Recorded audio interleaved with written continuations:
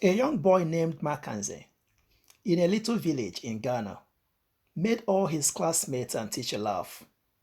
During his high school days, they would do a program they called Discover Yourself Challenge. So during this challenge, the teacher would ask every member of the class to introduce himself and say what he would like to be in future.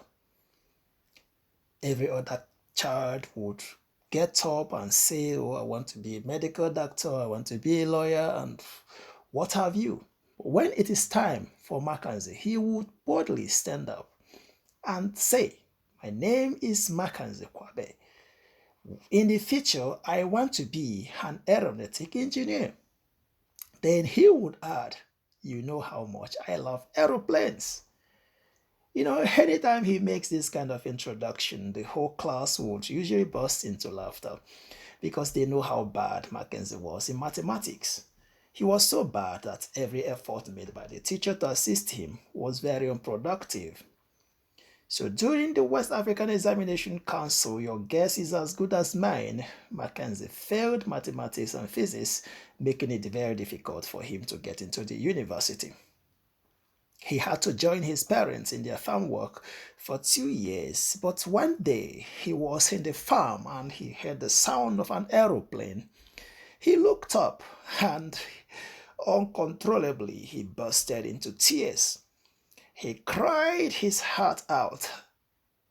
As he was crying and shedding tears, subconsciously he began to ask himself questions. Makazekwabe, what must I do to achieve my dreams? In his cry, he said, "What price must I pay to become an aeronautic engineer?" As he was thinking and crying, he felt suddenly as if he has gotten the answers to his questions. That evening, he summoned courage. He called his parents and told them his intentions to travel to Accra. His parents tried to dissuade him, which parents normally do, but he persisted that he must travel to Accra, which he did. He moved to Accra, staying in a small apartment with an old friend, and in order to survive, he got a small job as a helper in a construction company. This he was doing for some months until one day, an old man he was usually greeting every morning, he discovered that he happened to be a professor of physics. He was so excited that he went to meet this man. He told this man his predicament, and the man was looking at him, remembering when he was also young, and this man decided to assist him if he would show enough commitment to attend his classes 6 a.m. in the morning, Friday, Saturday, and Sunday, which Mackenzie accepted the challenge and began to attend this man's classes, every 6 a.m., Friday, Saturday, and Sunday. He would do his assignments. He would work Monday to Thursday while he studied and learned Friday to Sunday. This he did for a whole period of 42 months, approximately 3 years and a half. But one day the professor encouraged him that maybe it is time for you to write another exam. So he registered for West African Examination Council, which he passed, securing the right scores that earned him admission in the University of Accra. You know, as he studied and he graduated, on his graduation day, he invited all his old classmates that he could get their contacts and also invited the teacher. So when it was time for him to make a kind of introduction, he stood up and he said, "My name is Mackenzie Hobby. You know how much I love aeroplanes. Today, I am an aeronautic engineer." Such a very beautiful story for me. And on this, I welcome you to today's broadcast on Power to Change Your World. My name remains Beni Udenka, and today I'll be giving you 5 practical ways to overcome difficult times. Maybe right now, as you are listening to me, you may be facing one difficult time. Maybe out of school, no job, or maybe you are working, you are underpaid, or maybe you are not where you wish to be in your career position, and you are asking, what shall I do? There, today I'll be giving you practical, effective ways that will help you. Number 4 is very important. I don't want you to miss it. So let's step into it. The first thing you need to do when you are facing a very difficult situation is to ask yourself what I call power thought question. Ask yourself power thought question. What does that mean? A power thought question is a kind of question that would interrupt your worries and make you think. You need to begin to ask yourself, what must I do to come out of this situation? What price must I pay to come out of this situation? When you begin to ask yourself this question, I would advise you, don't stop until you get the answer. When the answer drops, that will take us to number 2. Develop a plan. You need to develop a working strategy, an action plan that will take you out of that situation. For Makanze Kwabe, he needed to leave his little village. If he didn't leave the village, he knew that he didn't have enough resources or enough manpower that could help him achieve his dreams. So he had to leave the village to Accra, to the city, where he was able to get all the necessary resource, all the necessary manpower, human beings that could help him achieve his goals. So you might need to relocate or maybe leave your city to another city. You may have to create a little business. You may have to find a working strategy that will take you out of that difficult situation. And that will take us to number 3, which I consider very important. Number 3 says, don't hand over to God what he has empowered you to do.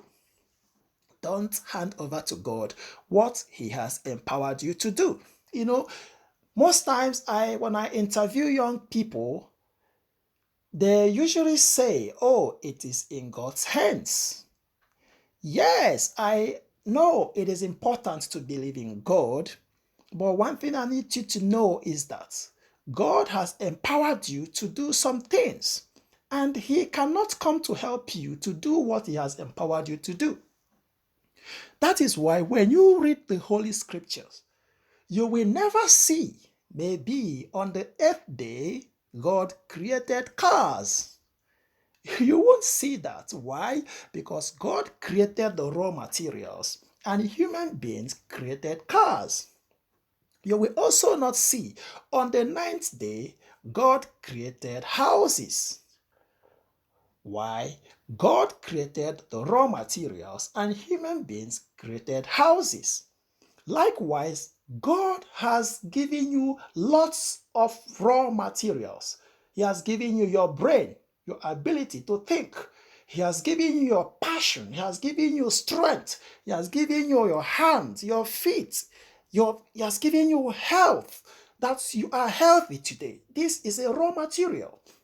So you need to put all this together to be able to recreate your life. You need to see yourself as a builder. See your future as a builder. See it as a building. I beg your pardon. See it as a building. And you yourself, you are the architect. You are the builder. So you need to fit in all the raw materials within your disposal to build a kind of future that you desire. All right. Number 4 is don't take the position of a victim. Don't take the position of a victim. Who is a victim? A victim is one who thinks he can do nothing because he feels the system is against him. A victim is one who thinks he can do nothing because he feels the system is against him. Oh, why don't you go to school? Man, the government is not helping us. There is no school. Oh, there is no job. Oh, my parents didn't leave any money for me. See, I love what this woman said, Lisa Villa-Prosen. She said that nothing will ever change while you point the fingers of blames out of responsibility comes possibility.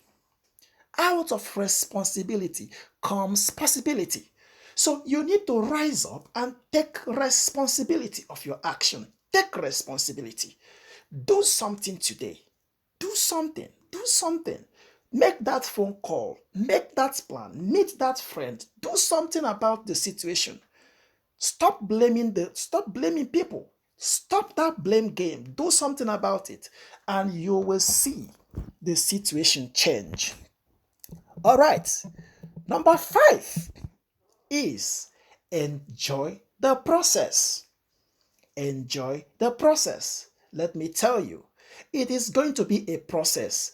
If you today ask yourself power thought questions and you develop a plan today and you begin to take responsibility, you will not just suddenly tomorrow and things will work out. It is going to take a process. You need to know that there's going to be a time of challenges, time of difficulty. See yourself as if you're going to the promised land. And if you remember the story of the Israelites leaving Egypt, going to the promised land, there was a time they needed to cross the Red Sea. So in your journey towards accomplishing your goals or achieving your life dreams, there are going to be times that you are going to cross the Red Sea. Time of difficulty will come. Challenging period will come. But you need to know, one thing I don't want you to forget, when you are facing that challenge, that will tell you that you are getting closer to the promised land. You are getting closer to achieving that goal. That is why you must not give up. You must not give up. Enjoy the process. Follow through to your plans and commit to it daily. And at the end of the day, your story will be just like that of Makanze Kwabe. He achieved his dreams. He became an aeronautic engineer. And I know that if you decide today, in some few years to come, you will also achieve your dreams. And we are going to celebrate you. So tell me how you feel about this discussion today. I want to read your comments. And if you like this, show your boy some love and like this video. Like it, subscribe, and click share. Don't be stingy. All right, I will see you again.